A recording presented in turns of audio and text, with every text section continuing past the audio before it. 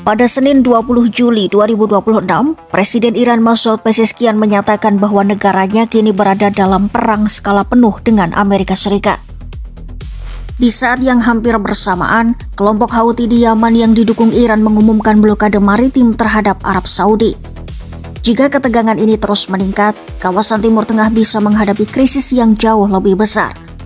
Apalagi, jalur strategis seperti Selat Hormuz dan Laut Merah berada di tengah pusaran konflik. Menurut Pezeshkian, Iran harus bersikap realistis dan siap menerima konsekuensi dari perlawanan yang mereka lakukan. Pernyataan ini muncul ketika sejumlah mediator dilaporkan mengusulkan gencatan senjata selama 10 hari untuk meredakan pertempuran. Namun dari sisi Iran, situasinya justru dianggap semakin serius.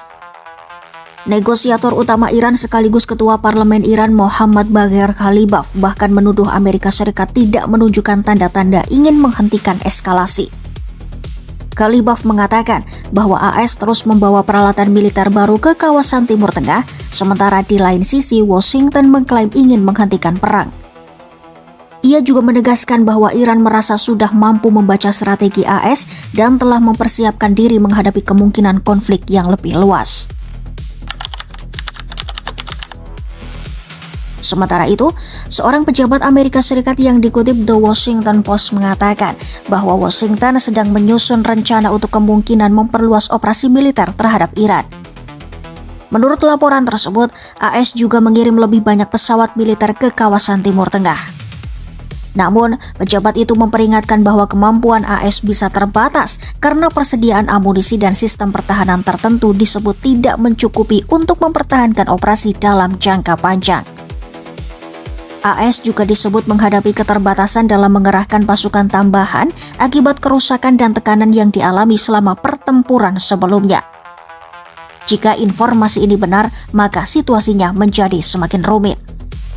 Di satu sisi, Iran menyatakan siap menghadapi perang skala penuh. Di lain sisi, AS disebut tengah mempersiapkan kemungkinan memperluas operasi, tetapi harus memperhitungkan keterbatasan sumber daya militernya. Dan ketika ketegangan antara Iran dan Amerika Serikat belum mereda, muncul ancaman baru dari Yaman. Pada Senin 20 Juli 2026, kelompok Houthi di Yaman mengumumkan bahwa mereka memberlakukan embargo atau blokade maritim terhadap Arab Saudi. Pengumuman itu disampaikan juru bicara militer Houthi Yahya Saree. Ia mengatakan keputusan tersebut merupakan respon atas apa yang mereka sebut sebagai blokade Arab Saudi terhadap pelabuhan dan bandara yang dikuasai Houthi serta serangan terhadap bandara Sana'a. Houthi menyatakan akan membalas tindakan yang mereka anggap sebagai blokade dengan tindakan serupa. Yahya Saree juga memperingatkan bahwa setiap eskalasi baru dari Arab Saudi akan dibalas dengan eskalasi yang lebih besar. Pernyataan ini menandai peningkatan ketegangan yang serius antara Houthi dan Arab Saudi. Nurul Hidayati rela tinggalkan gaji dari luar negeri demi hidup di kampung halaman, Klaten, Jawa Tengah. Pilihan hidup seperti ini bukan di mainstream, jadi akan ada opini maupun kritik dari orang-orang luar. Saksikan video selengkapnya, linknya ada di deskripsi ya.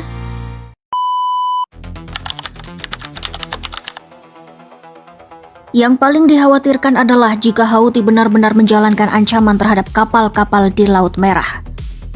Sebuah laporan sebelumnya menyebut Iran diduga meminta Houthi bersiap menutup jalur minyak di kawasan Laut Merah jika AS menyerang infrastruktur penting Iran. Hingga kini, belum jelas apakah perintah tersebut benar-benar telah diberikan. Namun, sebuah sumber yang dekat dengan Houthi mengatakan bahwa kelompok tersebut telah menyiapkan rudal dan drone di sekitar kawasan Selat Bab el-Mandeb, jalur strategis yang menjadi pintu masuk menuju Laut Merah. Jika Houthi mulai menyerang kapal atau mengganggu pelayaran di kawasan tersebut, dampaknya bisa sangat besar. Sebab, saat ini Selat Hormuz juga berada dalam kondisi tegang akibat konflik Iran dan Amerika Serikat.